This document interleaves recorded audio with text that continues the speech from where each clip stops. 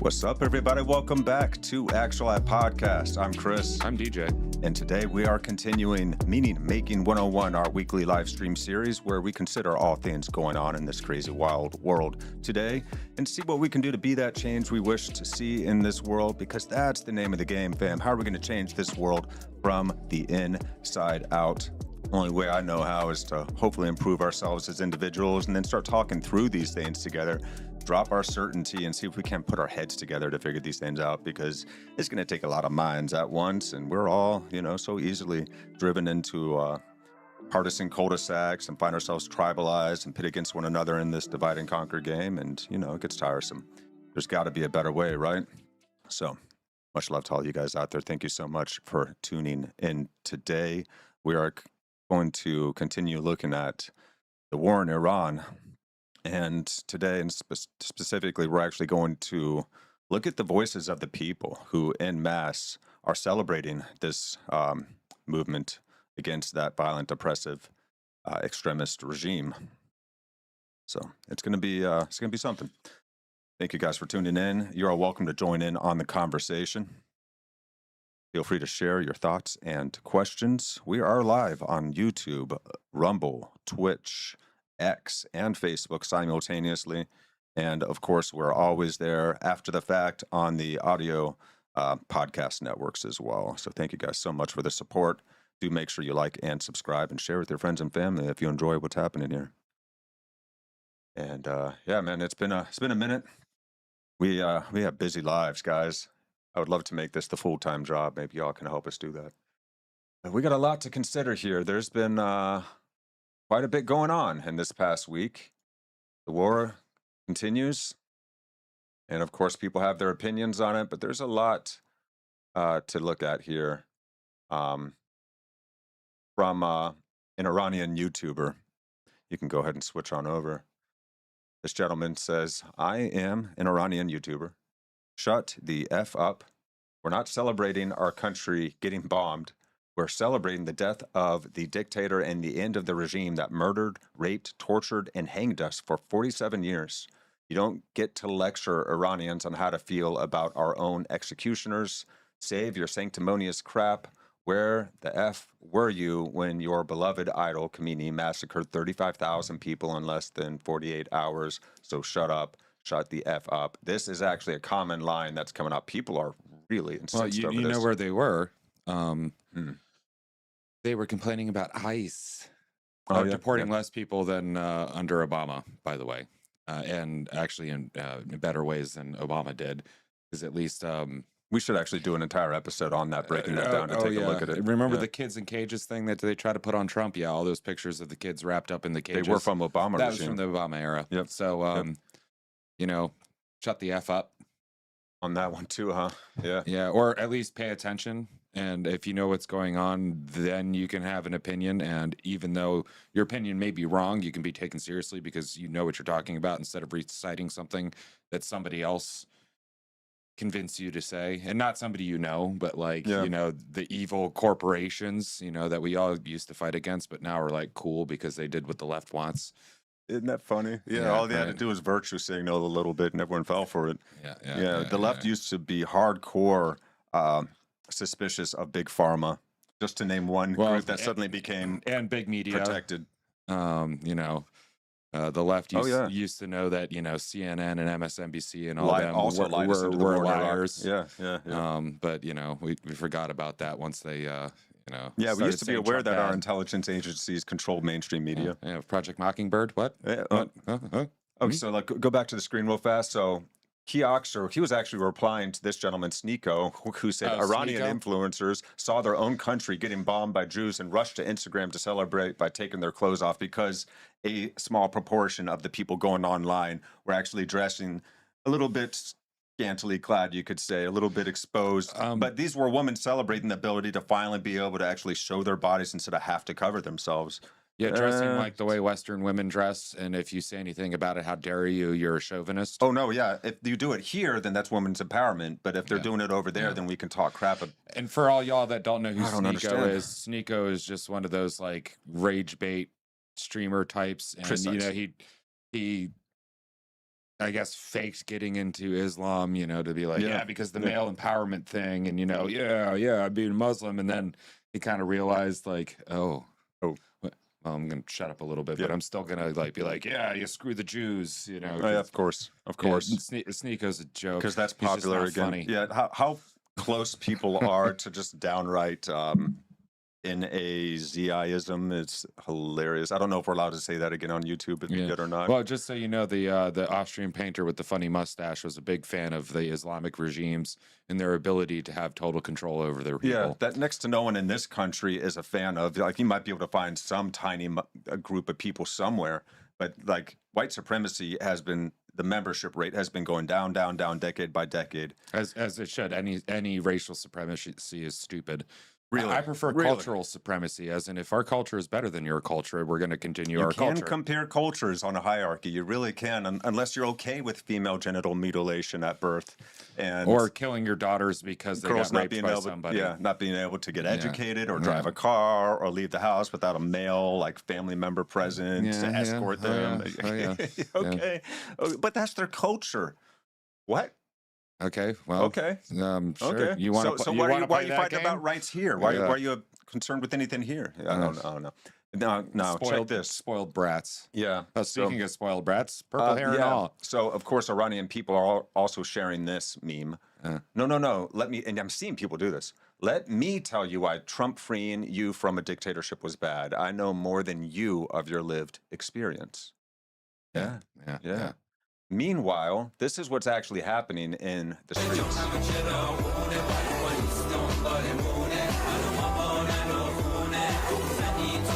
Millions of people coming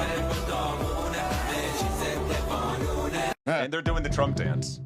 Yeah, guys. So this is Shiv. She's very popular. She's doing a lot. Today was one of the happiest days. This was March 1st. Go ahead. That autoplay thing. Yeah, I know. I wish you could just keep it. The volume wouldn't turn on for every video after you turn it on. So Shiv says, today was one of the happiest days for Iranians everywhere. I am beyond happy seeing my people dancing and celebrating what feels like a window opening towards freedom. This is only the first step, and we still have a long road ahead. But that first step has been taken. The support from the United States and Israel will never be forgotten. A free Iran will stand as a strong and loyal ally to both. Thank you, Trump.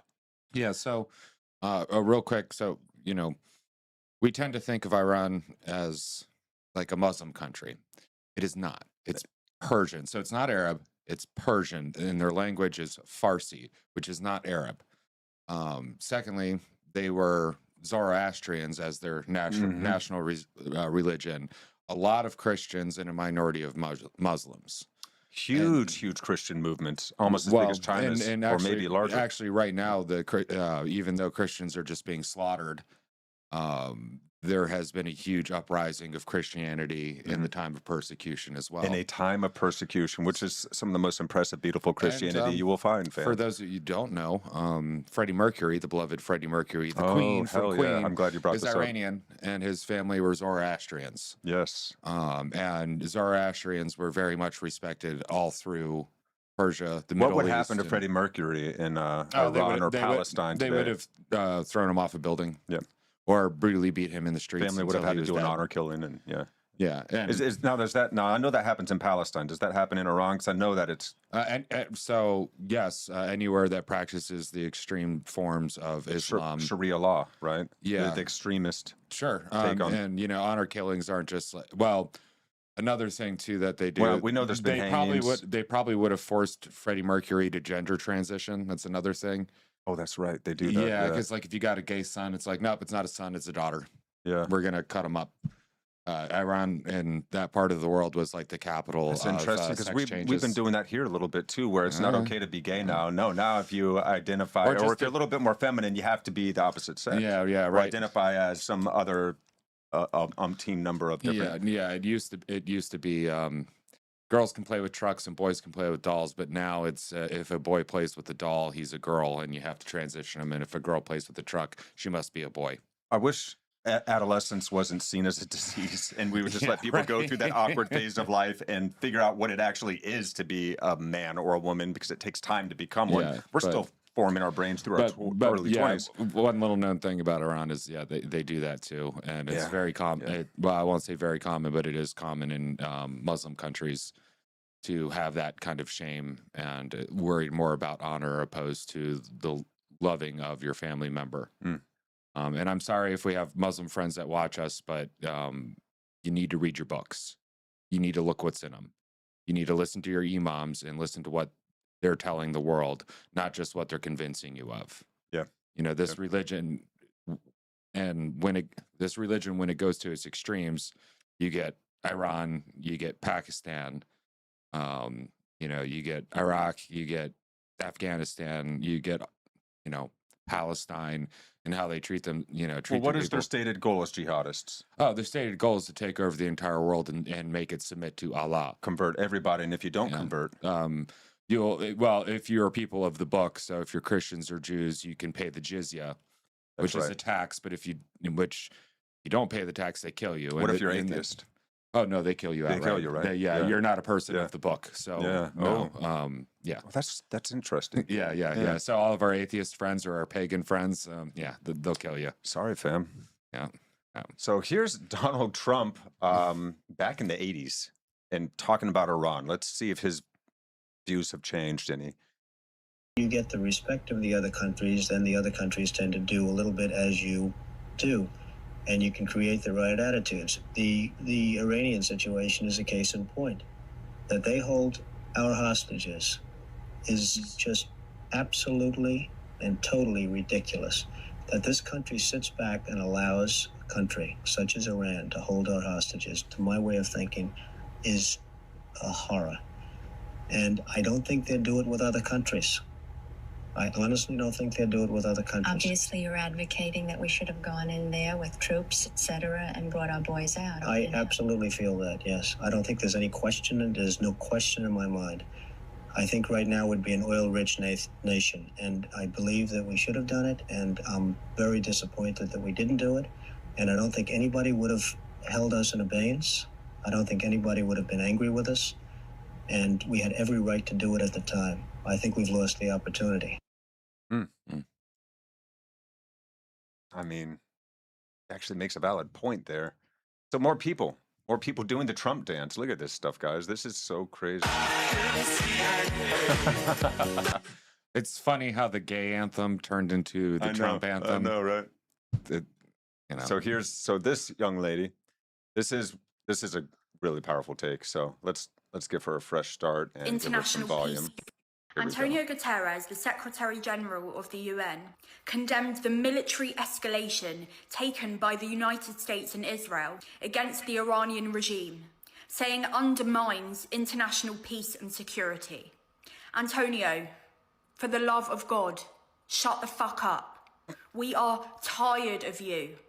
Last month, whilst the Iranian regime was slaughtering tens of thousands of Iranian civilians, you congratulated them on their anniversary. You hypocrite. You do not get to weigh in on peace and security when you propped up the entity responsible for all of the instability in the Middle East. Why does Hamas exist? Iran. Why does Hezbollah exist? Iran. Why do the Houthis exist? Iran. Al-Qaeda. Who made the IEDs that blew up American soldiers in Iraq? Iran. Who was building an extremely secretive, unchecked nuclear program? Iran. Why are there military bases in Kuwait, in Saudi Arabia, in Bahrain, in the UAE, in Qatar? To protect them from who? The Islamic Republic of Iran. And despite all of this, what did you and your sordid organisation do? You gave them legitimacy. The UN elevated the Islamic Republic of Iran into positions of power within the UN, allowing them to chair multiple committees and multiple bodies, including human rights. Wow. You're a joke. Your organisation is a joke. So whilst I and millions of other individuals around the world celebrate the success of the US and Israel's joint strike, and celebrate the beginning of the end of an oppressive, tyrannical, murderous regime that has violated every single human right known to man, and that's held the good people of Iran in shackles for 47 years, You and your useless organisation can rot in hell, along with Khomeini, Nasrallah, Sinwar, Daif, Hania, Shamkhani, and all the others who dared to threaten humanity. Fuck you. Damn. Yeah. So that caveat I gave, yeah, the Saudis had a hand in this too. So let's not forget it. They may be allies right now, but I'm not going to forget it. And yeah, they may seem all peaceful or whatever, but they're an extremely repressive, oppressive society. Boy, as well. are they? Yep. That one's so always let's not- bothered me. Let's not forget about that. Yeah.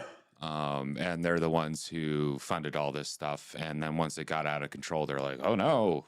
Yeah. I'm backed up. And on the other end, the UN, the UN are basically the Nazis now at this point. Yeah, right. They're trying to control the world. They're trying to destroy everything. They're trying to turn the whole world into some type of fascist dictatorship. And by fascist dictatorship, I mean, as Giovanni Gentili would say, democracy par excellence.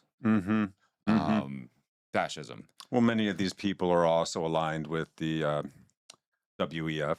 Oh, yeah. No, it's the same. Corporatism gone awry. Yeah. So corporations have been enthroned to the level where they're so powerful they can challenge our own nations. Our forefathers worried about this from the very beginning of our nation. And here it is. Now we have corporations so powerful, multinational corporations, that they can influence whole governments. Oh, yeah. And you guys around the world. You guys remember when the WHO tried to, that's the World Health Organization, tried to put a little whatever treaty out there for a bunch of countries to sign that would basically give up our sovereignty. So the next time the coup or something like the coup comes around, the WHO and the UN could tell us exactly what we had to do in our own sovereign countries. Rona. Yeah, and I'm not going to mince my words. They all worship Satan. Feels that way. They might as well. These Islamic extremists, the UN, the WHO, the WEF, all these people, the people running Britain right now, they all worship Satan and they do his bidding. Oh, you Prove mean, me wrong. Well, there's a lot of those people's names in those Epstein files. Oh, yeah. Well, and, talking about pizza and talking about needing Viagra for the pizza. Like, why would you need Viagra to eat pizza? Well, and they talk about pizza a lot in those emails, and they talk about jerky a lot in very strange ways, like they're refrigerating and freezing their jerky. And the scary thing I covered some of this last episode, guys. If you want to check it out, the scary thing is with that, and what leads me or leads us more to believing that they worship Satan is the dalliances with small children of the actual nature. Is just the tip of the iceberg. These people tortured children, murdered them, had them fighting each other to the death. And there's plenty of people who have been through this who are talking about it now, who are actually traded around through the biggest families in the world. Yep. For this stuff. So yeah, we are fighting the end times battle right now, right?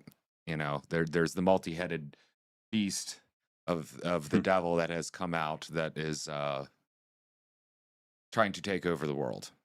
I'm not saying the world's coming to an end and Jesus is going to pop out of the sky anytime soon. I don't know that. I'm not going to say that. I'm not going to prepare for it like that is, except for, getting good with God. But yeah, we are up against Satan worshipers that would like nothing more than to subjugate you and to put their perversities on you and everyone else in the world. You gotta love the amount of people just here in this country that love to celebrate dark occultism and demons and Satan and all this kind of stuff because they think they're rebelling against Christianity. They're doing it ironically. But they're just right. Yeah. They're just rebelling against the institution's misapplied Christianity. They're not even rebelling against that. They're just rebelling to rebel for rebellion's sake. Yeah, well, they've heard that Christianity is a bad thing, and then that became mainstream, and now they're jumping on that bandwagon. Just like people are jumping on the bandwagon activism way late to the party. Only when it become mainstream popular. I didn't see anybody out there with me trying to protest against the war in Iraq. In Shepherdstown, very, very progressive town. I was the one person there on the wall with my bullhorn and my signs and all that kind of stuff. And then, people, like They very walk by few and go, people "Good came for up and they're like, yeah, good for you and stuff you." like that. But no one joined me. Well, No one wanted to join Occupy Shepherdstown when I started that. I had to come over to Occupy Martinsburg Yeah, I'm sorry, to find some Shepherdstown like-minded people. I still love you to a certain extent, but y'all a bunch of hypocrites. You guys are so far behind, man. Y'all are so Well, far it's because behind. they have so much money. Even the poor in Shepherdstown have a bunch of money and live a really good life, and it's beautiful. They all have It is beautiful there. They're big houses, and Man, there's some they really walk cool around and with their- talented people there too. It's Oh, disappointing dude, because people just jumped on a bandwagon used to be without awesome. second guessing, without Yeah. checking, without really doing their homework. It's like, guys, you got to do your friggin' homework so you understand. There's a lot of nuance going on here. No, but our guys are in power now, which means things are going to go right, and I can stop thinking. That's the problem. So let's continue on though. Let's continue on. Let's see some more people celebrating. Oh yeah, beautiful women. Oh no. Oh no! But look at how happy they are. They actually have freedom now. This is a big No, but deal, they look guys. white. They're not Iranian. Iranian people are supposed to be Arabs. No, they're not. They're Persians. That's right. That's right. They're Mediterranean folk. So here we go. This one's powerful. This one's very powerful too. Just a In minute. case I'm dead tomorrow, Let me start her over. Sorry, guys. I am an Iranian who lives in Tehran, and I can hear the sound of bombing outside. In case I'm dead tomorrow, I just want you to remember this. Please, shut the fuck up and don't use me against America or Israel to try and convince them to stop. We ask for this. We want this attack. And I know that you don't want to listen to us. You don't want to listen, but I'm going to give you the shorter version of why we want this. The reason is we had one option, to go and protest this bloody regime, and we did, and they killed 40,000 of us in 2 days. This is the Possibly last more. option we have. We ask for the help, and the help is here. And I know I might die, and I don't care, because I'm willing to sacrifice my life for Iran. And you just shut the fuck up and don't use me to attack anyone or try to stop this. We want this. You don't understand. You're not in our shoes. So shut the fuck up. That This was is the message vast from one majority of people. If you actually look hard, you'll find this is the vast majority of people in Iran, over 80%. That was a message from one of our Iranian sisters, and she asked me to share this with you. So shut the fuck up. Yeah, if you don't want to support us, just shut the fuck up. Damn. Yeah, and so the F word has been used a lot in this. So if you want this to be seen by people on the YouTubes, you kind of have to share it, like it, do whatever you got to do to get it out there. Particularly, also the powers that be that run the YouTubes and run all the mainstream media. They don't want this getting out there. They, because they love radical Islam. They love it because it's destroying. Well, it's just destructive, and the left controls everything now. Loves destruction. Its only purpose in this universe now is to destroy. Maybe it wasn't always that way, but it is that way now. They just want to tear down things. They don't want to create anything. Yeah. They'll mimic things. They'll try to mimic it. Like, look at new Star Trek, garbage. It's mimicking. They've destroyed it. They've ripped it down. Look at the new video games, garbage. Look at the new movies and TV shows, garbage. They just destroy, and they don't know why they're destroying. And it can seem confusing as why would the champions for gay and trans rights be siding with a homicidal global regime that would kill every gay person or trans person that they possibly could? Why?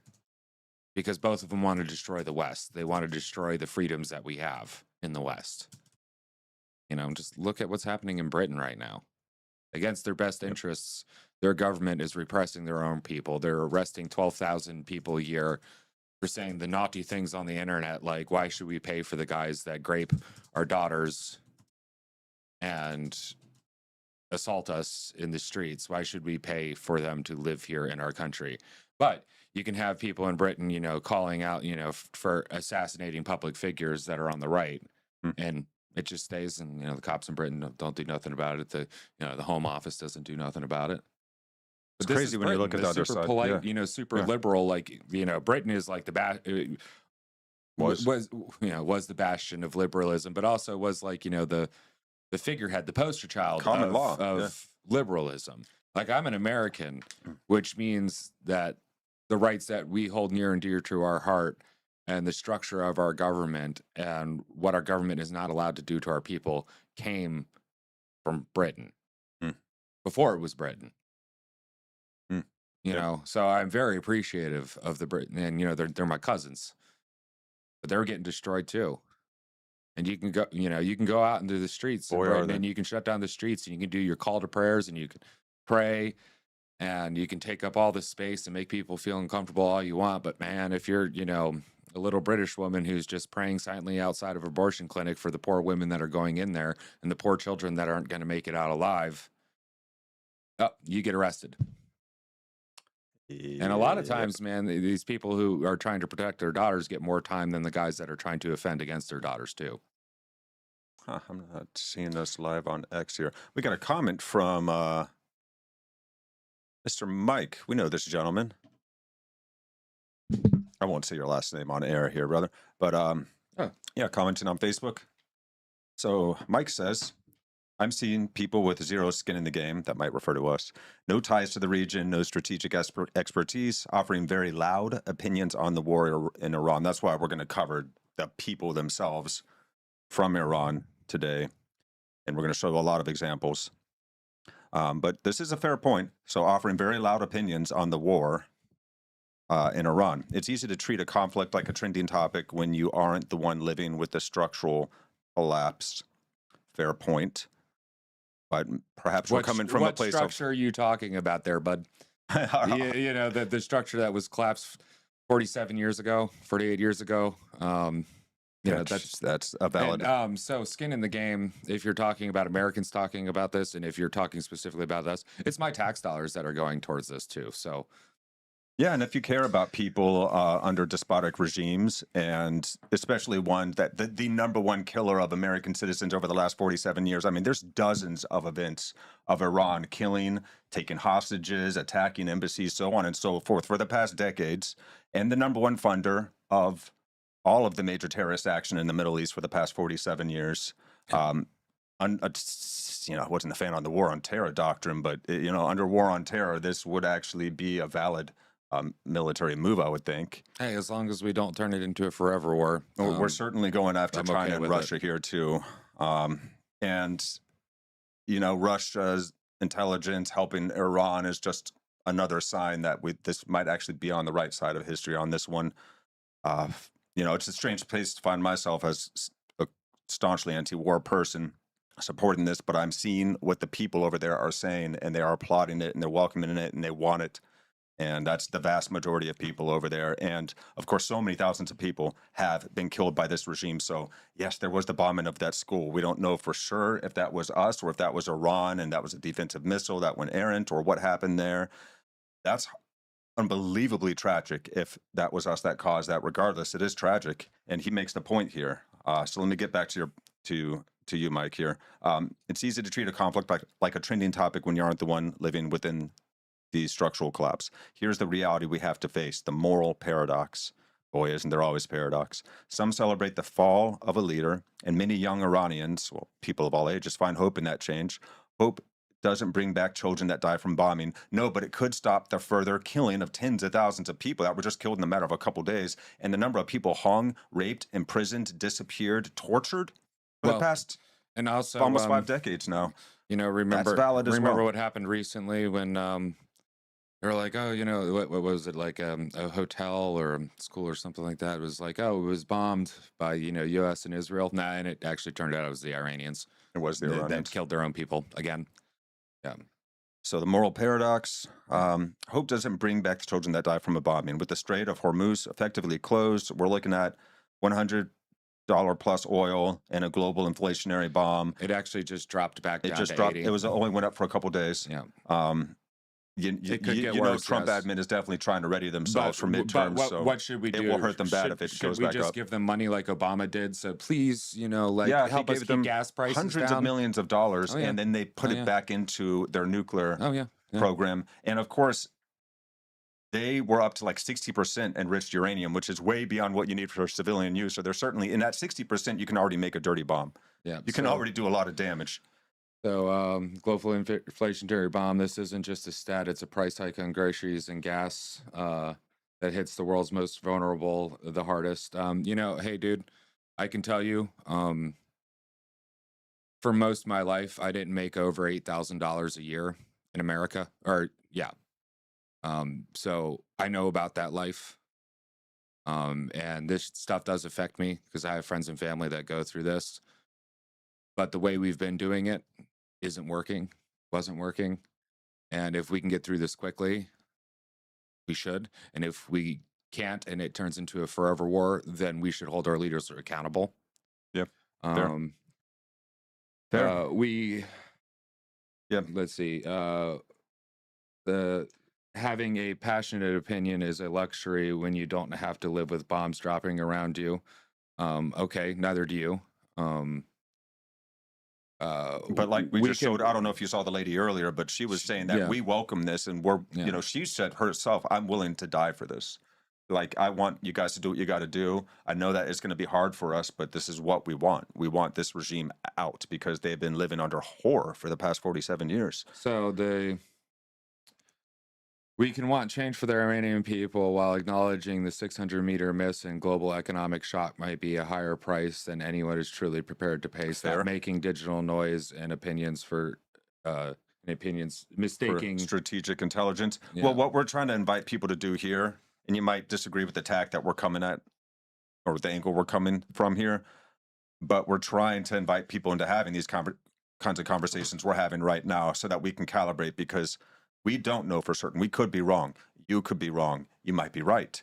And if we can really start to put our heads together on these things, instead of just being in a oppository kind of framework where I'm in debate mode and I'm trying to prove you wrong because I'm right, if we're actually more side by side trying to figure this thing out together, that's the posture, that's the orientation we take, I think we might be able to get somewhere. Because, Mike, I've seen you post some really smart, astute things lately on Facebook. You're making some really good points that I often agree with.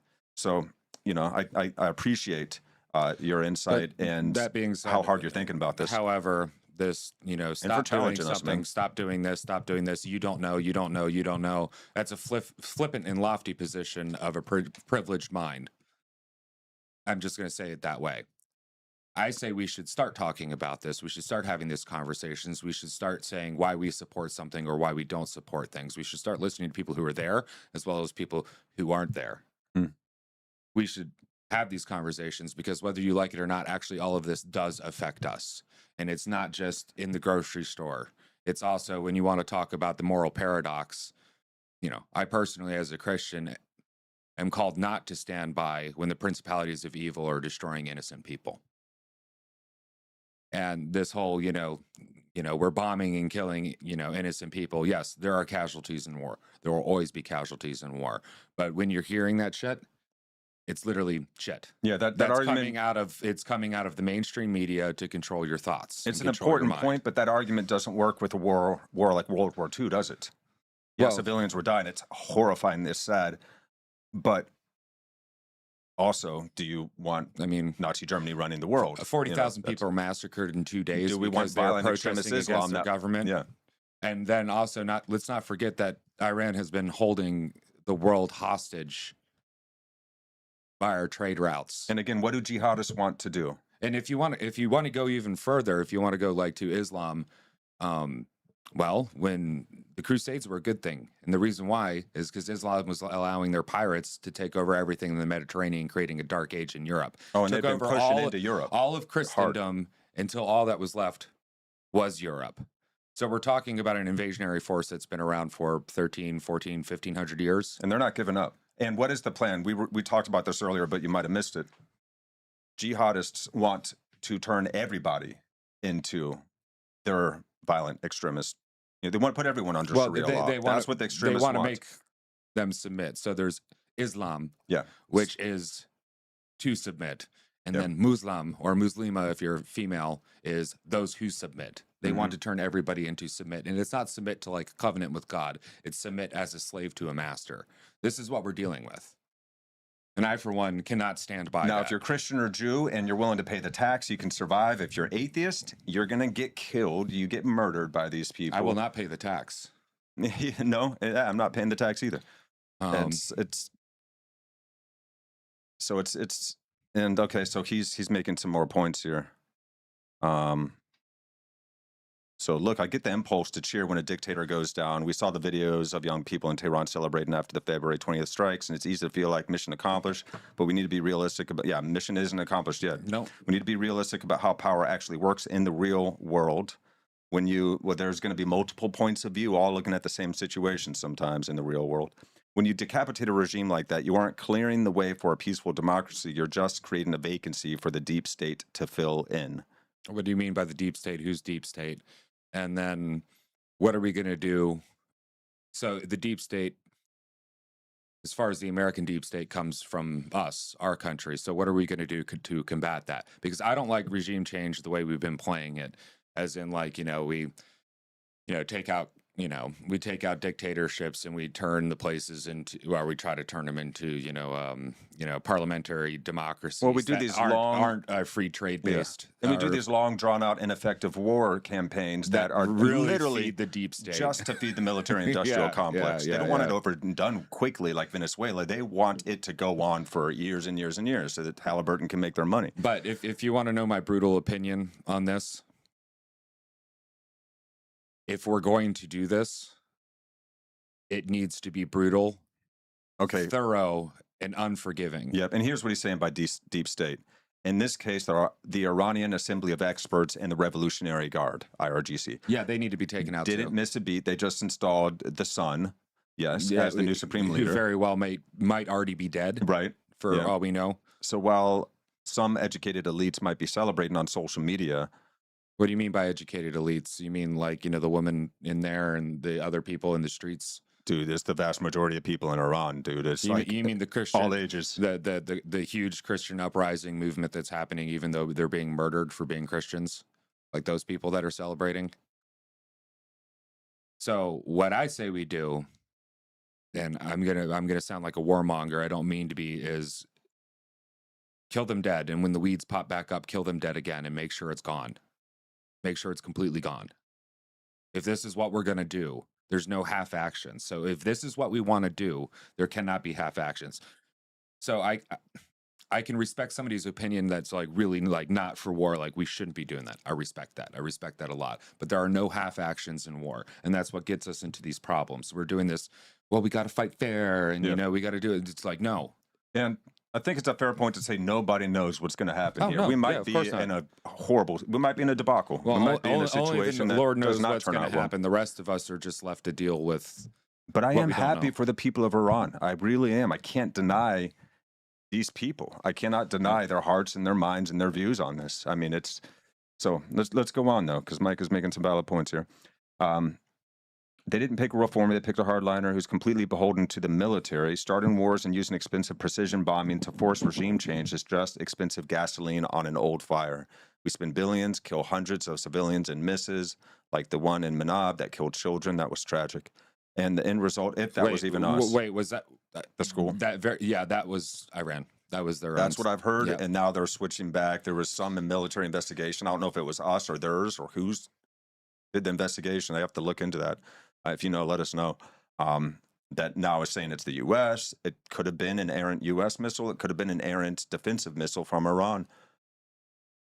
And for all we know, they could have just blown it up to play the the media game. Yeah, and so there's a lot of ifs here, and we have to keep the ifs and put the certainty down as much as we can, because we have to keep ourselves open to new information.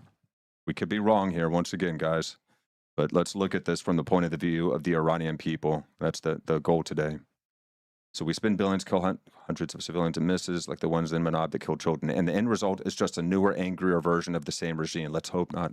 It doesn't produce stability. It just resets the clock on the next conflict and hands the bill to us. We really need to stop being in the business of bombing our way to peace.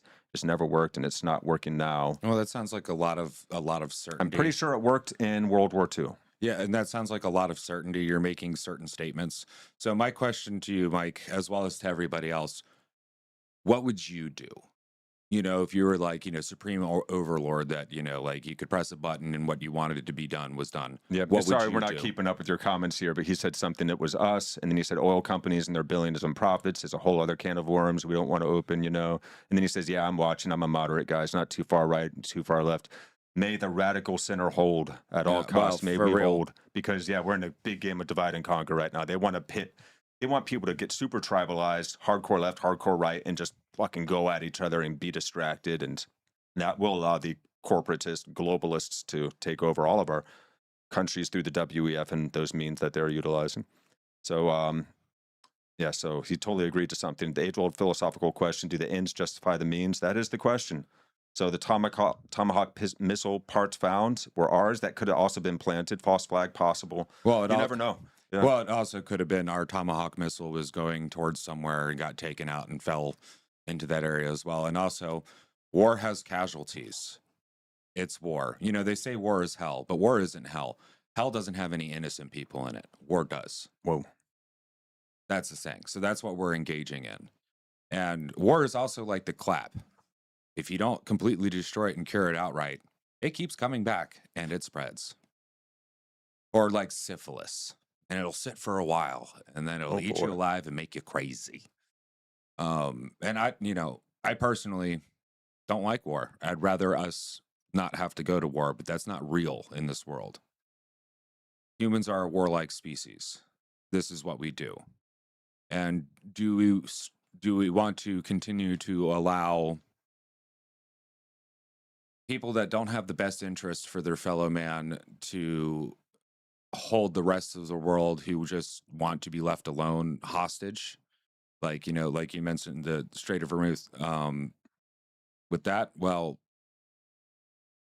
what if we make them angry again and they take it over again? And yes, we can talk about the oil, you know, the oil companies, the massive corporations that run that.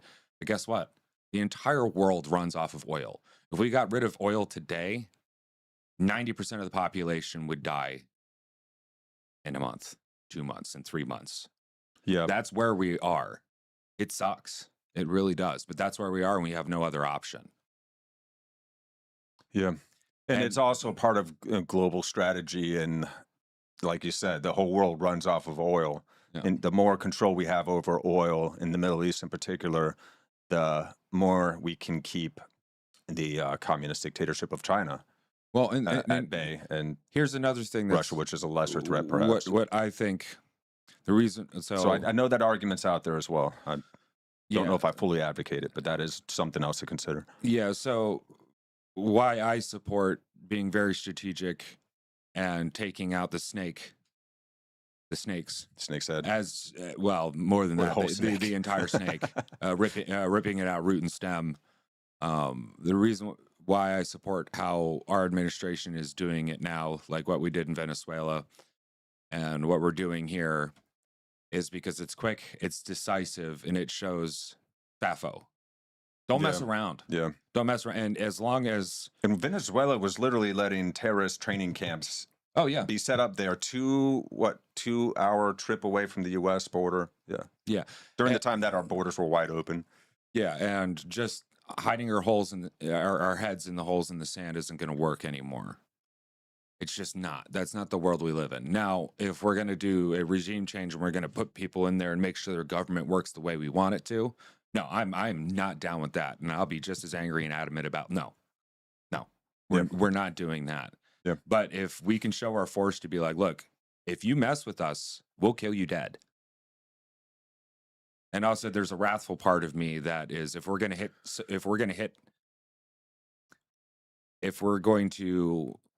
I don't want to say these people, but these despotic regimes, the people who want to take over the world through terror, if we're going to hit them hard, we need to hit them so hard that it's going to be remembered for generations upon generations upon generations upon generations upon generations, not to do this again. Well, when you're dealing with very powerful bullies. But real quick, unfortunately, America has to be the world police, because the entire world after World War II was set up for America to be the world police, to pay for everybody's safety, to provide everybody's safety, and to continually be shit on for doing it. while the people in Europe, the people in Asia, the people in Africa don't do nothing about it. But we have to keep the global trade leaders of those nations open. Yeah. Yeah. Well, and even, you know, I'm sorry, but they're people too. Like people in Europe, rise up, shake off the chains of your oppression. Not to sound like a Marxist or nothing, but the only reason why your governments are ruling you the way they are is because you're not doing anything about it. You're rolling over. You're letting the invasion come in. These are systems of self-governance. The hordes are behind the gates, damn it. Yeah. Like quite literally. Like if you want to get into this extreme Islam, like Europe's been important, and the WEF and the UN has told us what they were doing. Yeah. They wrote about it. They told us before they were going to do it, and then they told us while they were doing it. Yeah. Yeah. They And did. so I say hit them hard, kill them dead. But let's not stick around. It's up to the Iranians now to make their decisions. Yeah. Well, we're not quite done with this. If this lasts more than a few months, I'm going to be real mad. And I'm going to be there with you like, no, we shouldn't be doing this. We may be the world police, but we're not the world government. Yep. And I'd actually encourage more people in their countries to take responsibility for making their countries better, particularly the young men, instead of fleeing to Western countries and turning those countries into shit. Trying to turn them back into their own country, even. Yeah, instead of Why did you come here like, again? Instead of fixing your own home, going to somebody else's home and wrecking their home.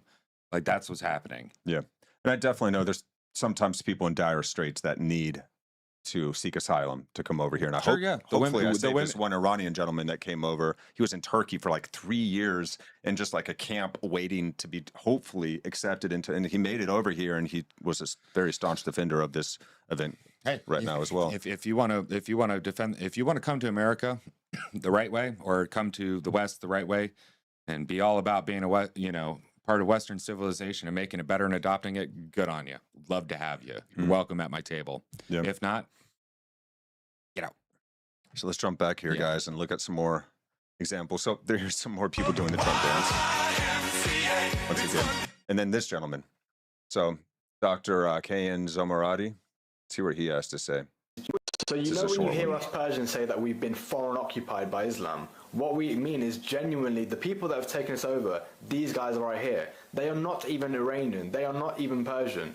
These lot are Arab Islamists who have come into our country, taken us over and forced our people to follow their rules. Look at the flag that they replaced ours with. Can you see the small letters embedded within the flag? These are Arabic letters. Our own people can't even read the flag. This is the level of foreign occupation we're talking about. And I think not many people are aware of the situation. So it's important to spread this message so you guys understand what we're going through here and why we're so passionate about getting our land back. Okay, there. And now, great people inside Iran celebrating the war. These are the elites, right? That are, in their lofty positions celebrating it. It's a lot of people. Forgive me for being upset with these comments. And, I've heard your comments, but dude. So check this. This is wild. Check this out. Paid protesters. All right. So you can see that none of this is grassroots. This is all paid for. Hey, how you doing, guys? Where are we headed with these signs? Okay, so this guy's gonna drive up, and they're gonna load all the signs into this car right here. Here we go. Let's load them all into this van. See for yourself, ladies and gentlemen. Witness this. What is wrong? What is wrong with us? You are such a cowardly piece of shit. Why? You are. Why? How am I? Who pays me? YouTube pays me. My viewers pay me How much by money do you watching. get? This is not real journalism. Darvo. You're a fake, you're complete fake Okay. journalist. Did you or did you not get $20 million from Roy Neville Singham to protest? Did you or did you How not? much money do you get for your right-wing bullshit? That's what You I can deny want. it. Okay, so you can look on YouTube on Social Blade. You can see exactly how much I earn. Yeah, take a photo of me as if there isn't already a photo. Why are you taking a photo of me as if you don't already know who I am? I don't understand. You're all sick of me. So what are you gonna do about it? Consent with the people What am so I they gonna can do kill about Yeah, them. what are you gonna do about That's it? Well, I why. don't have to do anything about it because you don't bother us that much. You don't do Clearly, anything. I am because you're videoing me. You're just a complete idiot. You're a fake. Can you pause journalist. this real quick? I hope So, who ushered in the Islamic regime that took over Iran? It was the feminists and the leftist liberals. It was the elites. It's the same people. Of The same people, the same types of people, and they look almost exactly the same too. It's funny with like the weird gaunt look and the not taking care of themselves and the crazy eyes. It was the same people. The same thing actually in the skin in the game too. Is we're seeing this in my country. We're seeing this in Britain. We're seeing the people who should be looking out for the best of people that are ushering in the same thing that took over Iran. Yeah. That's one of the things that's like, that's my skin in the game.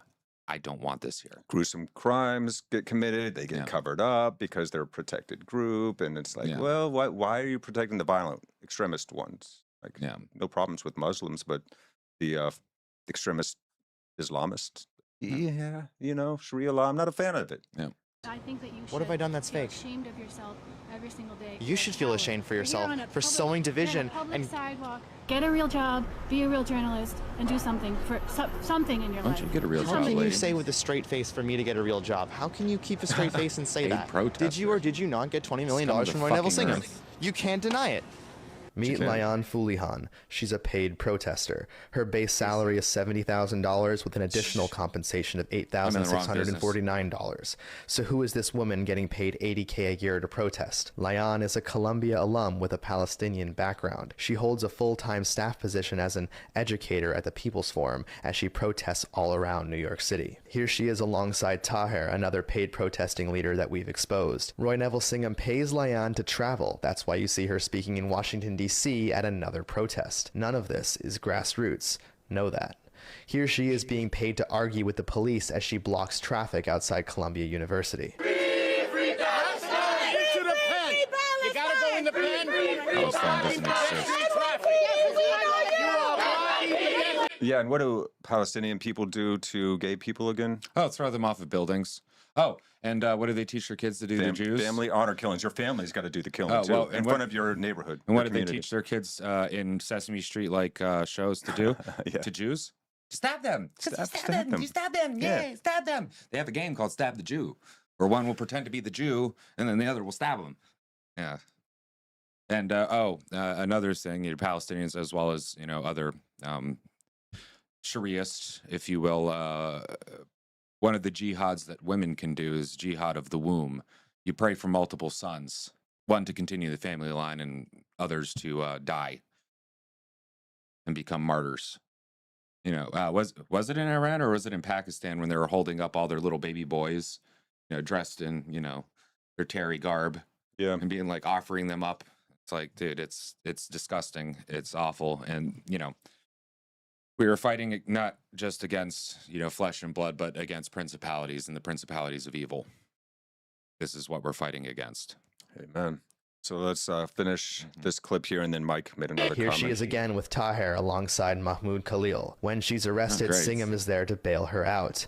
You can see the People's Forum announce that her and David Chung, another paid protester who gets paid $75,000 a year to protest, were both arrested. You can get David Chung's Friedman file that consists of never-seen-before research. Layan speaks at the People's Forum about her Marxist agenda. Socialism. They actually teach classes advocating for Marxism at the People's Forum. Great. Layan celebrated Hamas's atrocities on October 7th. She tweeted out on October 7th, "Long live the Palestinian resistance." Layan reposts words from Nasrallah, the former leader of Hezbollah, saying, "Who would have thought so many young people would support Palestine?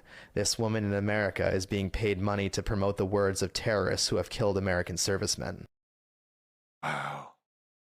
Boy, oh boy. Okay, so Mike made another Yeah, comment. go ahead and read the whole thing. Yeah, sorry for the long-winded answer, but the complex issues require this level of thoughtfulness. Sure. Are we actually serious about peace? We who are talking, sure, I think is what he's saying, but not with the military-industrial complex running the show.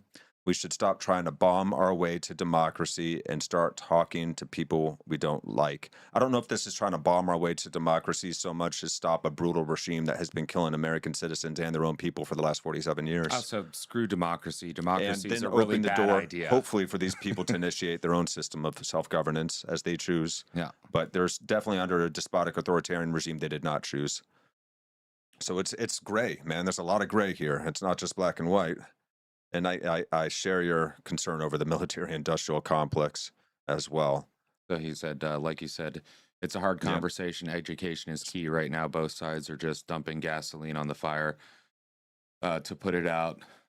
We need a freeze for freeze deal. We stop the airstrikes. Oh yeah, but they won't stop. That's the thing. You're trying to negotiate with people who won't negotiate. We tried we called for a ceasefire and they refused. We gave them billions and billions of dollars too, and they just put it towards fucking building nukes. So now I personally don't think Trump should have gone with the unconditional surrender reply to them refusing to have peace talks at that time or even a ceasefire, but they did definitely deny. So we stopped the airstrikes and they stopped the retaliatory drone attacks on oil fields. Not going to happen in U.S. bases. Not going to happen. We need a neutral middleman like the Oman or Qatar. Qatar is not neutral, actually. Qatar is the glazer for the Islamic takeover. Away from the cameras. Yeah, away from the mainstream media to handle the real math. No, actually put cameras on everything.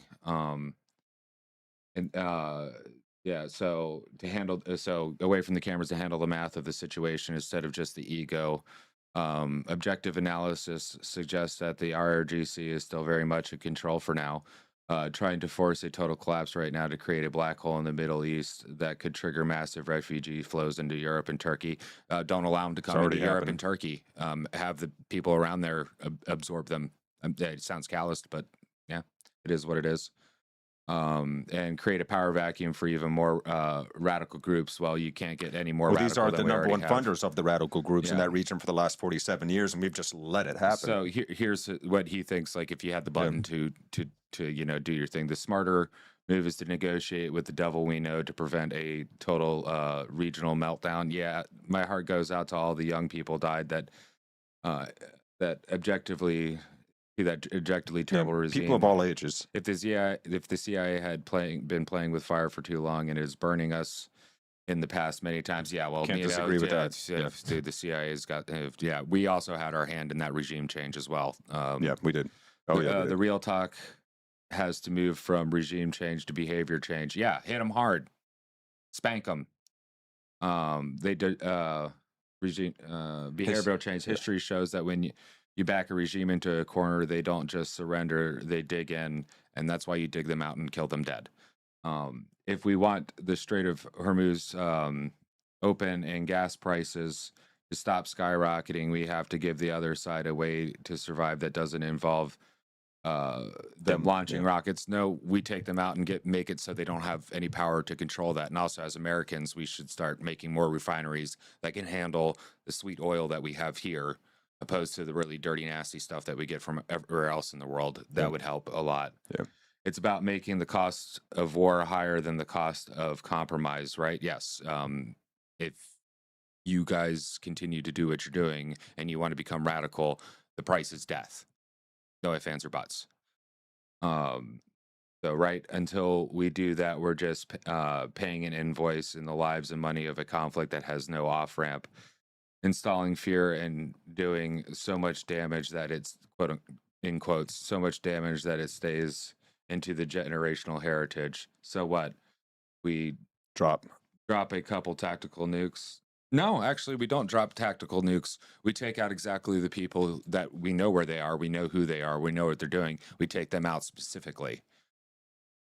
And then he asked, do you think a strategy built on total capitulation can actually produce stability, or are we just watching a high-stakes ego play from both Iran and American and Israeli governments play out in real time? Well, I think Trump gave them the off-ramp when they were like, look, if you do total surrender, we won't kill you dead. We tried to do a ceasefire and they denied it. And then he asked for, okay, now we will only accept total surrender. Yeah. Which I don't know if that was the right response. No, I'm willing to hold that one. I'm not sure about that, but if we're just going to go, okay, well, we'll stop doing this, but you really got to stop just murdering your civilians and and funding all these people that are taking us out and sending terrorists into our countries and sleeper cells. Nothing we've said to them for the past 47 years has done that. No amount of money that we've given them, humanitarian relief or anything, has accomplished this task. Let me put it this way. So we're stuck in a really shitty situation. What do you do with a neighbor that's continuously coming in and raping your wife? Well, you try and call the police, but if you are the police, what if there's no police to be called, or the police aren't doing anything about it? What do you do? What if it's a gang of dudes who are coming in and continually raping your neighbors' wives, and continuing to do this, and the police, say like the UN, aren't doing anything. Do the men get together and stop it? What if it's happening to your? What if they're grooming your sons to do the very same thing? What is happening in a neighborhood that neighbors your neighborhood? Like it's the next town over, but it's happening and you're within reach. You could help them. Say if you have some friends and family over there, even. And I'm not down with war until I am, and it's pushing me to the point where the reason why I'm not down with war is because my philosophy of war is scar the land, salt the earth, and it is complete destruction, the absolute last resort. And if I go far enough, the wrath, you know, my greatest of the deadly sins is wrath. It is drop the nukes and utterly obliterate it. Yeah. So how long do you let it? And I don't want to go that far. So let's do it tactically. Yeah. Let's get some, you know, laser guided, you know, laser weapons from space. Let's take out their facilities.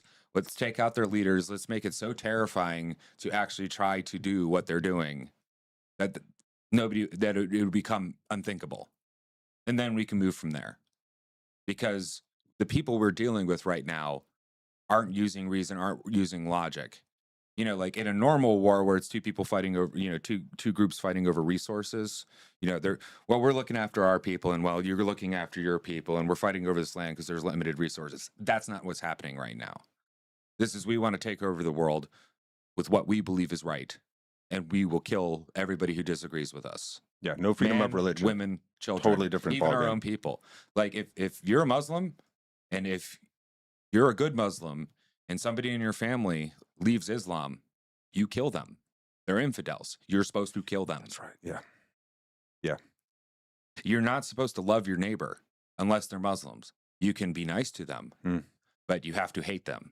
That's in their holy books. This is what we're dealing with. And the reason why we have the problems that we're having now is because we've been kind of just like, oh, like, you know, let's talk it out without the cameras on, and let's just try to come to a deal. And, you know, like, we're all really the same in this. And you know, oh, you know, you speak so eloquently, and you like Western poetry, you know, like, you know, they try to we can't pretend all cultures are equally valid, equally worthwhile, when there's ones out there that are literally doing female genital mutilation. Don't let women outside. You got to cover yourself. You get hung or stoned if you do the wrong thing as a woman. Like, it's just so extreme. And the other thing with this too is we shouldn't be doing regime change. We're taking these ones out. It's up to the Iranian people to figure out what they want to do, and they need to stand up for themselves, make the good decisions. Yeah. So let's look at some more videos of the people in Iran. Here we are.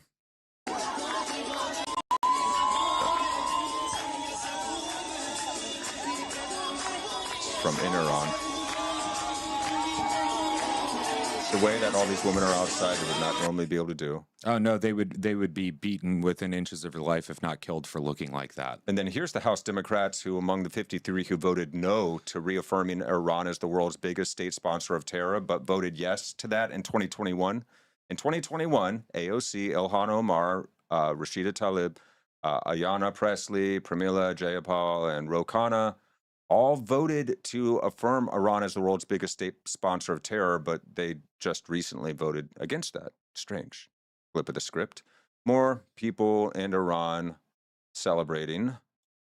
Oh, some juice in there. Oh, yeah.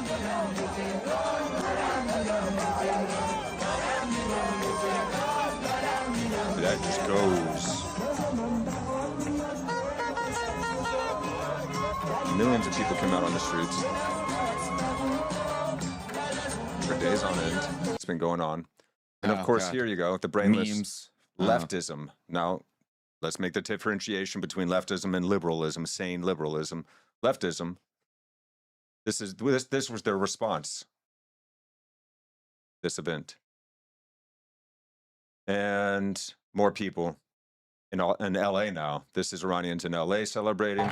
We have a lot of Iranians that fled in this country. Oh, yeah. I love this country. Oh, my God, yeah. Yeah, so they're damn good Americans, you know? Okay, so America's fighting Israel's war. There's that whole thing going out, you know, that talking point. 79 to 81. Here we are, guys. I was hoping I'd save this list.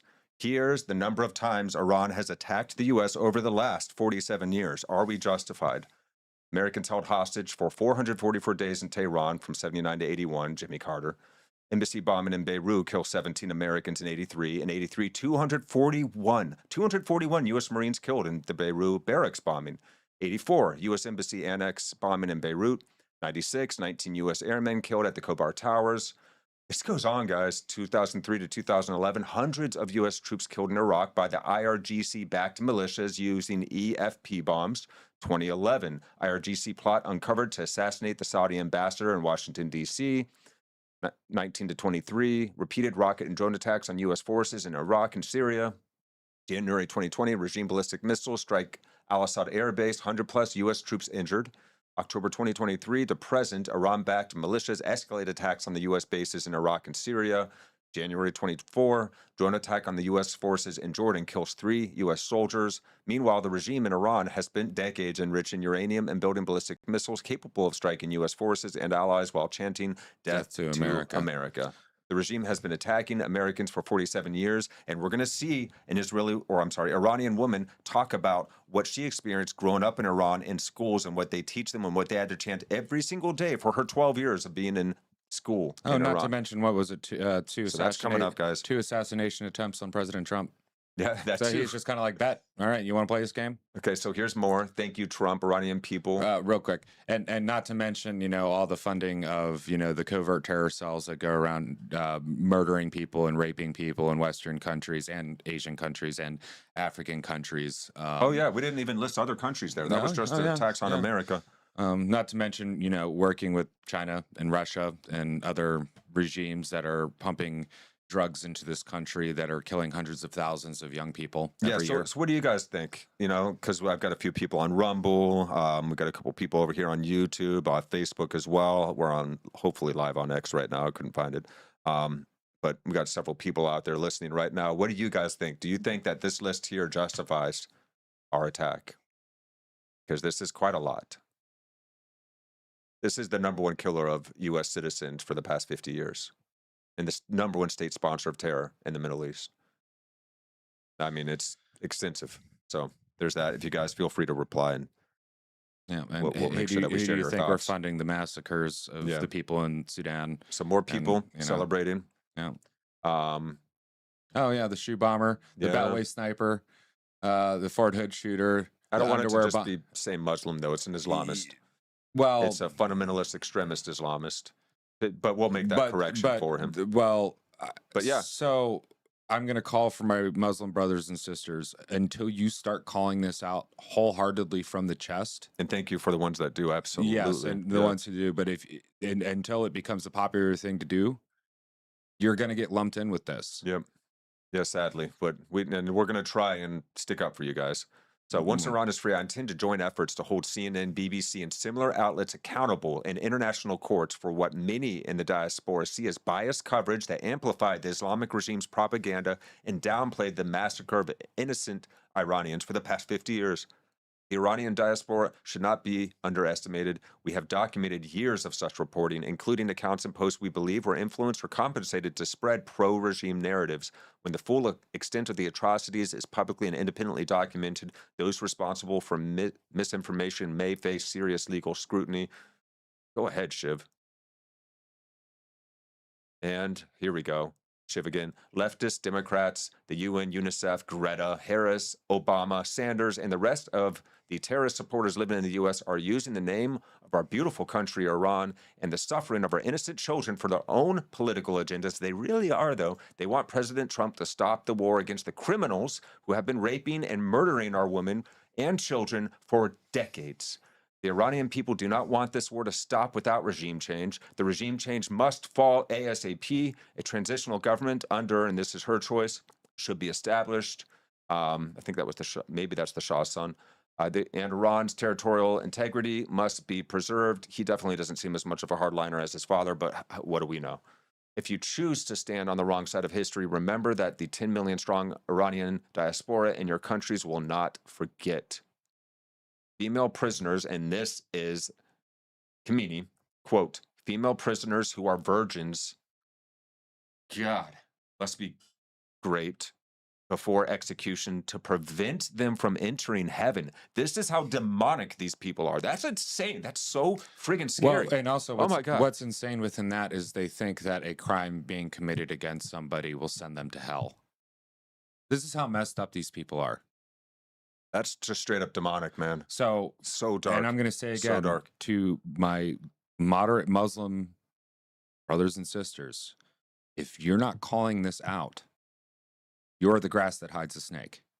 I hate to say it that way, but that's what it is. We should all be calling it out, because guys. if Christianity was actively doing this, I would be calling it out too. Amen. All right, so let's go on. Oh, yeah. Oh, Crazy Eyes Hillary. Hey, watch this, guys. Oh, isn't this interesting? We will attack. I want the Iranians to know that if I'm the president, we will attack Iran. Whatever stage of development they might be in their nuclear weapons program in the next 10 years, during which they might foolishly consider launching an attack on Israel, we would be able to totally obliterate them. That's a terrible thing to say, but those people who run Iran need to understand that, because that perhaps will deter them from doing something that would be reckless, foolish, and tragic. I want the Iranians to know that if I'm the president, we will attack Iran. Whatever stage of development they might be in their nuclear weapons program, period, in the next 10 years, during which they might foolishly consider launching. If I'm president, I will attack Iran. Not if they do this or if they do that, but period. Whatever. Okay. Well, Hillary Clinton, once upon a time, had Crazy that Eyes view. Clinton. Well, that's, that. Well, it was popular to have that view back then. So, how she... Yeah, except it wouldn't be like, tactical strikes and taking out their leaders. And from the head down, it would be, some prolonged thing that feeds the military-industrial complex even more. But we are running up on the end of our time. We are. Well, let's go ahead and, man, we might have to do a part 2 on this, guys, because I had a lot more to share that we didn't even get to today. Like, people saying that Trump never, just ran as a strictly anti-war president. He has talked a lot about going after Iran. Ever since, what was that first video in the 80s? We showed Trump talking about Iran. Here he is in 2015. Let's cover Shiv, and then we'll cover Mike's point, and then, I think we'll do a part 2 on this next week. So Shiv says, who is funding Hezbollah? The Islamic Republic. Who helped Bashar al-Assad kill his own people? The Islamic Republic. Who is funding Hamas? The Islamic Republic. Who has chanted death to the U.S. and death to Israel? The Islamic Republic. Who has reported Russia against Ukraine, or supported Russia against Ukraine? The Islamic Republic. And who killed over 40,000 Iranians in just 2 days? The Islamic Republic. And that is why we, the Iranian people, support President Trump to end this brutal regime. And I'm going to try and find one last video.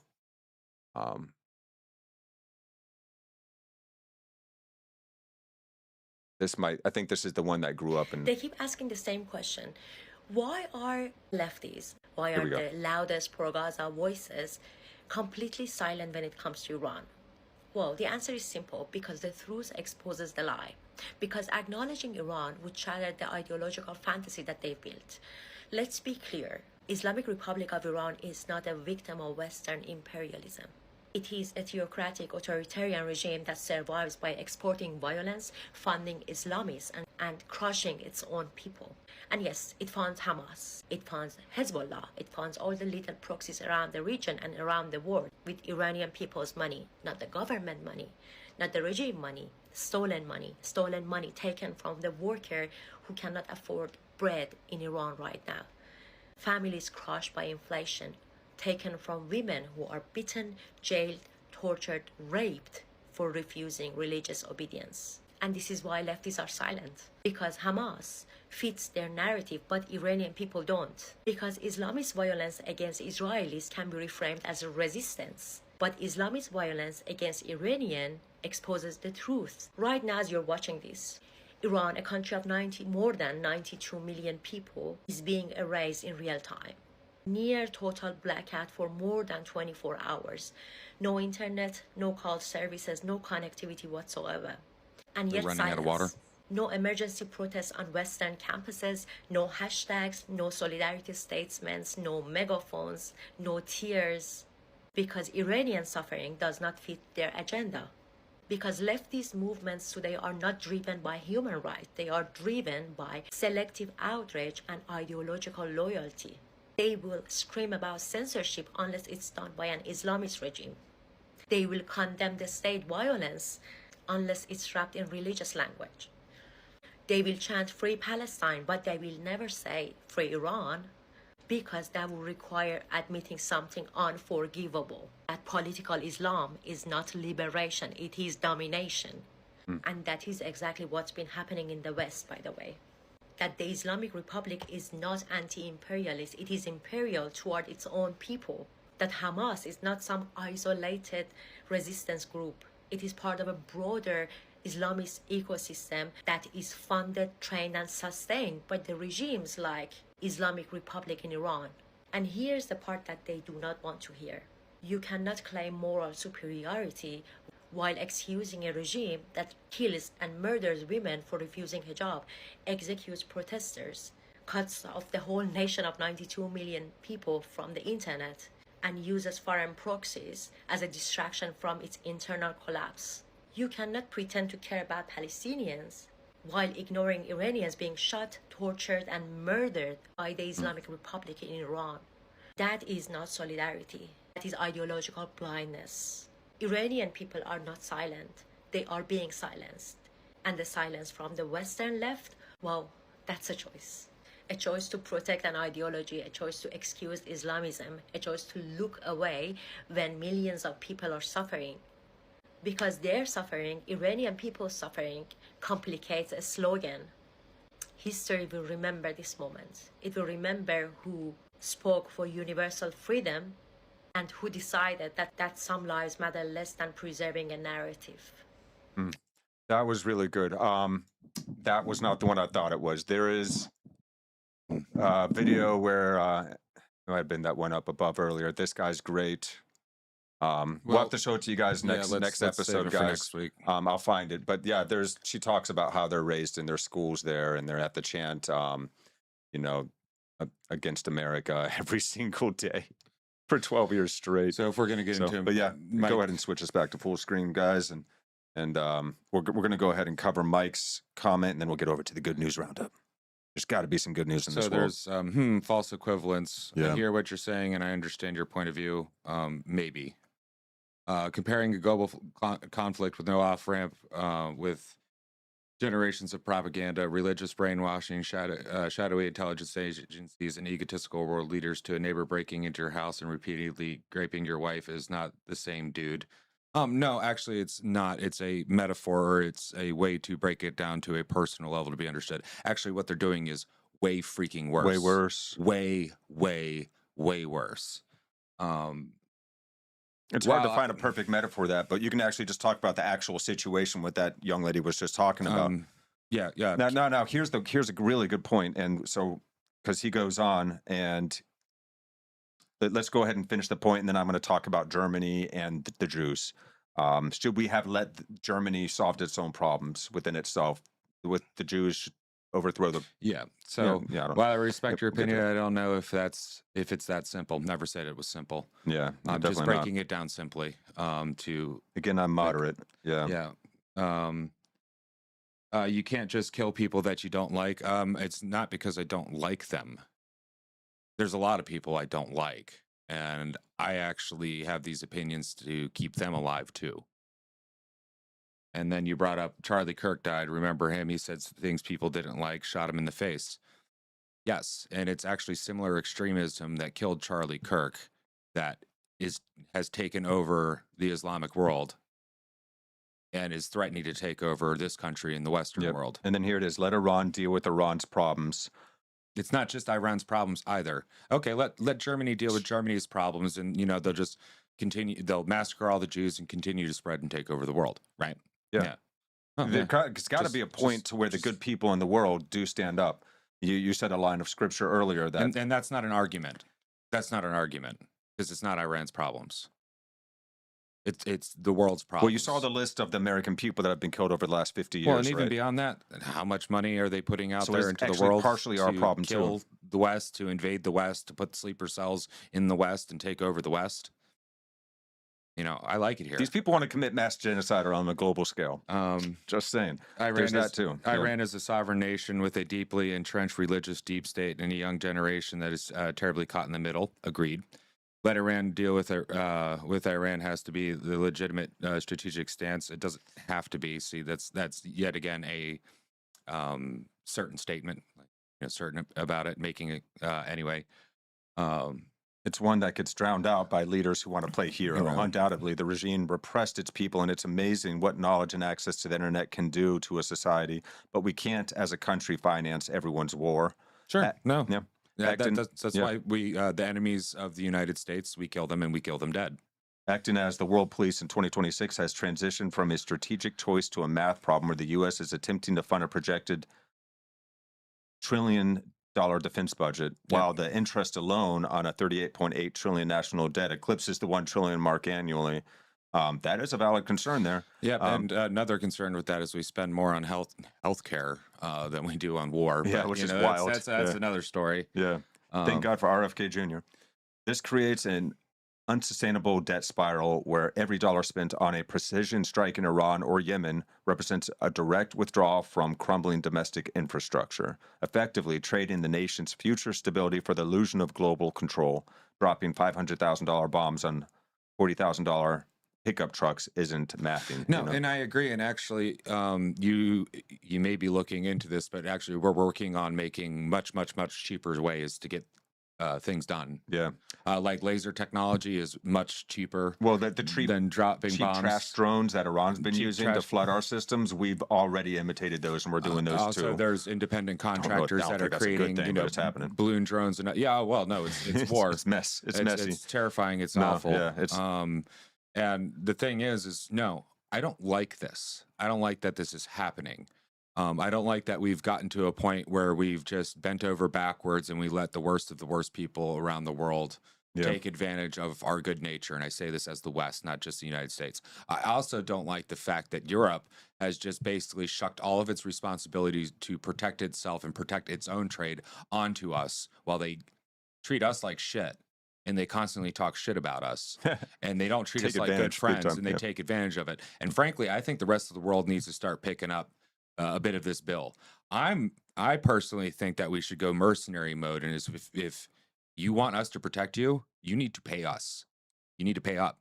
You need to. Every American. We're almost single-handedly funding the vast majority of NATO, and I'm tired of it.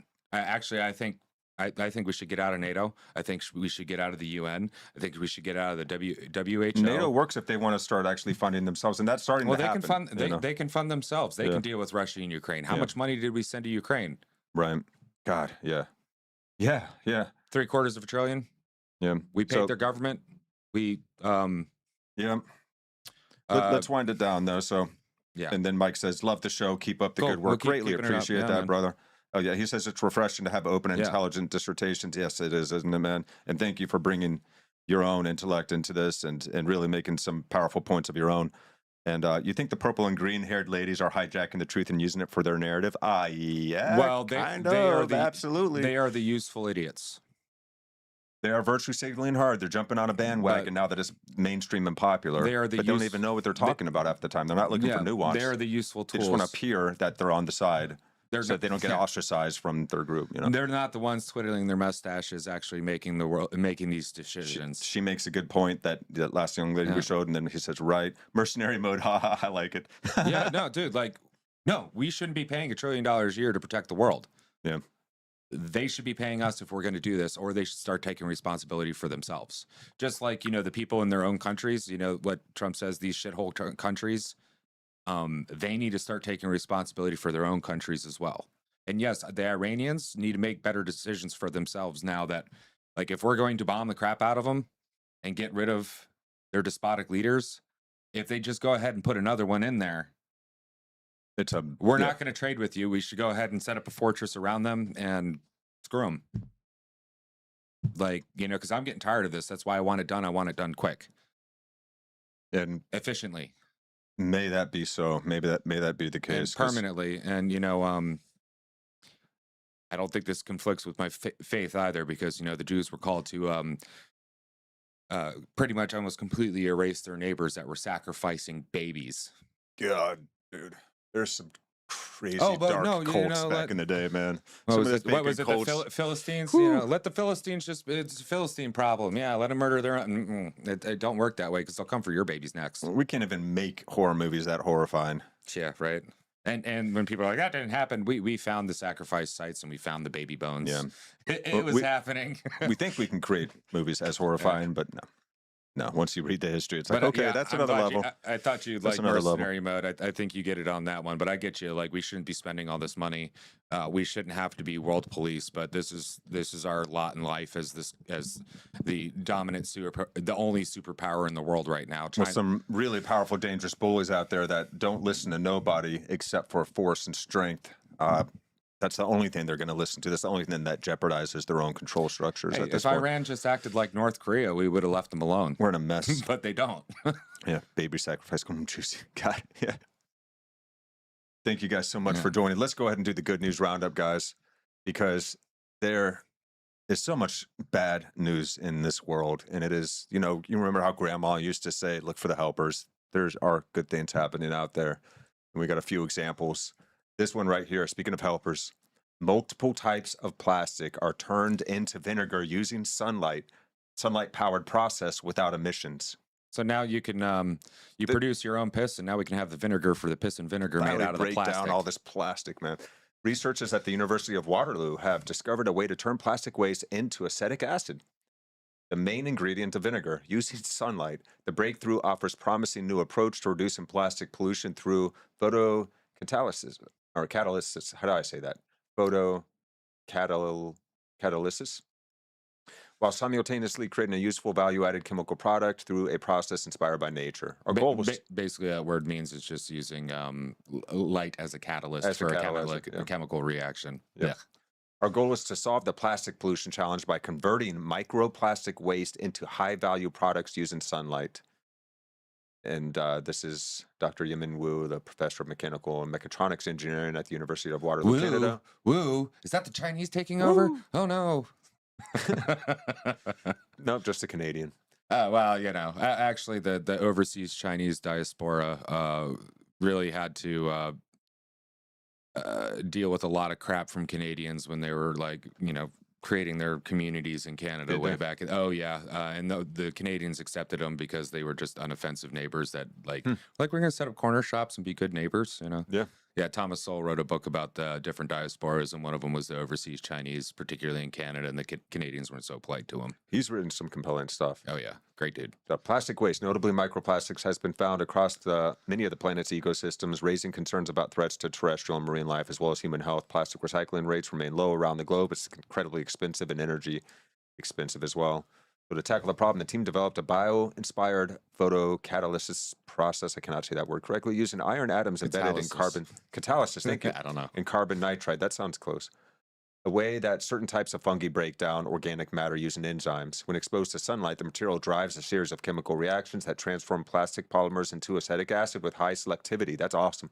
The reaction takes place in water, making it particularly relevant for addressing plastic pollution in aquatic environments. This goes on, but you guys get the picture. Yeah, we got to be careful. That's awesome. We got to be careful about over-acidifying waterways, though. Yeah, but turn it into product. Turn it into vinegar, cleaning vinegar or something. Well, if we're to do it in the ocean, it's like while you're doing the breakdown, you could also be using light basic stuff like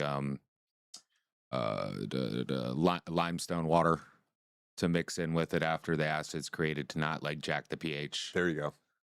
Or rather to not lower the pH too much. The findings also point to new possibilities for addressing microplastics directly because the process degrades plastics at the chemical level, could help prevent the accumulation of microplastics in water systems.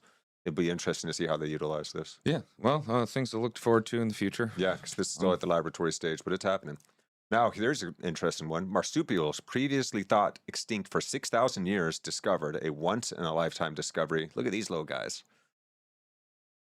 GNN has reported a plenty on animals that were last seen in the 20th century and believed extinct that were then rediscovered, but a story from the island of New Guinea now stretches that pattern to its absolute limits. Known only from fossilized bones that date back 6,000 plus years, two species of arboreal marsupials have been confirmed to still exist, begging the use of the often exploited descriptor living fossils. Pygmy long-fingered possum. How interesting. Oh, and give it up to the possums. And a ring-tailed glider. So it was a glider that we're looking at. Okay. Yep. Are the two newest members of a very exclusive group of animals. A relatively small number of animal species hold the distinction of having been described initially from fossil remains, then subsequently discovered as a living mammal. The authors of the paper describing this incredible discovery wrote in their introduction, in paleontology, lineages that drop out of fossil record and then reemerge after long periods are termed Lazarus taxa. That's cool. On the Bird's Head Peninsula, west, however you say, Papau. The Indonesian-controlled portion of the island of New Guinea, the late 20th century archaeological excavations on Stone Age sites found skull and teeth evidence of an animal that didn't exist previously in the fossil record. I can't believe they actually found this thing. This guy is a good hider. 6,000 years. There it is. That's a ring-tailed glider. Yeah. Ugly and cute at the same time. Yeah, they are. They're funky looking. His little tail looks like a cinnamon bun. That's cool, man. So they found these guys in an area that's actually under threat. Am I wrong to wonder what it tastes like? Maybe that's what Living happens. fossil. That's what happened to them. And here, last but not least, guys, this one's really cool too. Scientists successfully mine meteorites from precious metals on the International Space Station. I didn't even know they were doing this. Yeah, they're trying to, like, I'd venture to say that they're trying to do this to figure out the viability of mining in space. Oh, yeah. Because mining in zero-G isn't the same as mining zero-G, zero Yep, there they are, atmospheres. yeah. NASA astronaut Michael Hopkins performing an asteroid mining experiment on board the ISS. So fungi being trailed by scientists in Austria for their potential to extract valuable metals from fungi are helping to from electronic and industrial waste. Really? Man, look at all the ways that fungi help us. Now, from the ISS comes a very similar story where rather than mushroom mining, scientists were able to extract platinum and palladium with microbe mining. It's actually microbe meteorite mining, as the scientists in question, NASA astronaut Michael Scott Hopkins, conducts the tests on L. chondrite meteorite samples that has long been theorized as a valuable source of minerals of all kinds. All elements we know are made inside of stars and are embedded inside planets when they explode. This process is the same for, we are also made up of that stardust from the exploding furnaces of stars. This process is, we are literally self-aware stardust having a conversation about asteroid mining. This process is the same for asteroids. At a time when humans are spending more and more time in space, scientists are interested in figuring out how to harvest materials from meteorites and moon dust, as it would likely be cheaper than flying them up to Earth. A team of researchers from Cornell and Edinburgh universities recently recently published a paper in which they performed the same experiment in tandem with Hopkins, both using a bacterium and a fungus to successfully harvest two precious metals with demand for space technology and hardware, platinum and palladium from asteroids. I love the idea of us being able to mine space rocks instead of our planet, because it's really destructive to mine these kinds of things. The microbes solve the problem of smelting in space. Yeah, right. Because my God. Fire and liquid things don't really behave right in space for smelting and stuff. So, nor do aggregates. So if you can get funguses that then can biologically capture precious metals and stuff like that, and then you can. It looked like he had a little centrifuge to spin it out, Yeah, this is so cool. Look at this. The organisms achieve this by producing carboxylic acids, which attach themselves to these minerals on the asteroids. Once placed in a liquid solution, the acids slough away and bring the minerals with them. Oh, okay. That's awesome. That's smart as hell. Yeah, they're not even biologically capturing it. They're just putting it in an acid solution. Bio-leaching, they call it, the technical term behind microbe mining. This is so cool, man. And now I'm just imagining little microbes with hard hats and, little pickaxes going at it. How exciting, man. In direct contrast, non-biological leaching, in which a solution without microbes is used to pull out the elements, was less effective in microgravity than on Earth. Another complex but very interesting result, I think, is the fact that the extraction rate changes a lot depending on the metal that you are considering, and also depends on the microbe and the gravity condition. That is interesting.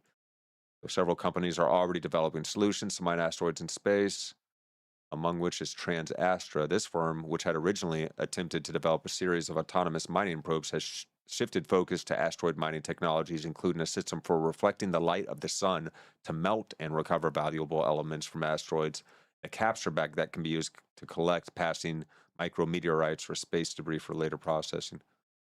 Wow. Cool. So bag them up, infect them with the microbes, and harvest the juice.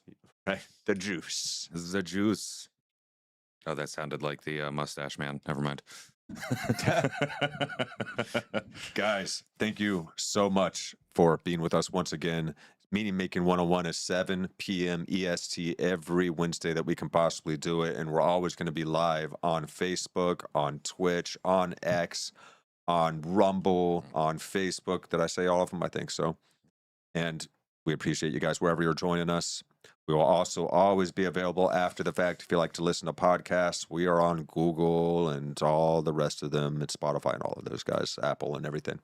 So thank you guys so much for being here with us. Make sure you like, you subscribe, share your thoughts and questions, guys. We'll get to them next episode if you say anything in the in-between time. And we love you guys. Thank you so much for being here. I've been Chris. I've been DJ. And we will see you guys next time. Let's dance our way on out of here, brother. Yeah. Oh, yeah. Yeah. Almost broke the board, but I have a button for that. Yeah.